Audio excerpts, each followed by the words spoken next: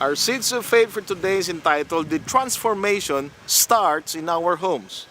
The pandemic caused by COVID-19 has brought some protocols that prohibited mass gatherings like church services, movie screenings, and many more. This led churches to be creative and use social media to broadcast worship services. Now this has become the new normal of going to church. Of course, we long to go to our local churches and worship together. Now there is one thing that we need to realize in this experience, and that is the worship services that are happening in our homes are similar to what happened during New Testament times.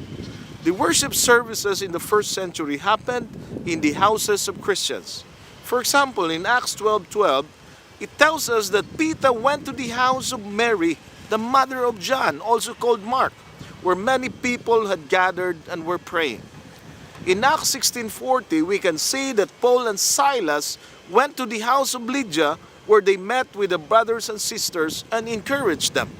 In the same manner, Paul also wrote in Romans 16:5 to greet the church that meets at the house of Priscilla and Aquila. Now what does it tell us? First, the transformation of society starts inside our homes. Now this is the time to overemphasize that our values and our personalities are molded first in our respective homes. Let us remember that.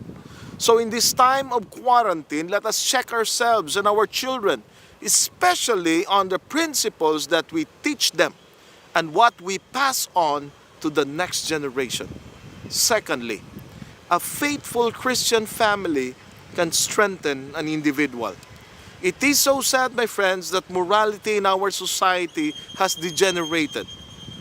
A recent report states that 40 to 50 Filipino children, ages 10 to 14, give birth every week. Imagine that. Imagine that, my friends. This should wake us up. There is even graft and corruption in the distribution of goods to needy people in this time of the pandemic. My goodness, we have to wake with this kind of development. We have to wake up. We should not just profess to be Christians in our lips and in our biodata, but more so in our deeds. We need Christian families to lead the way.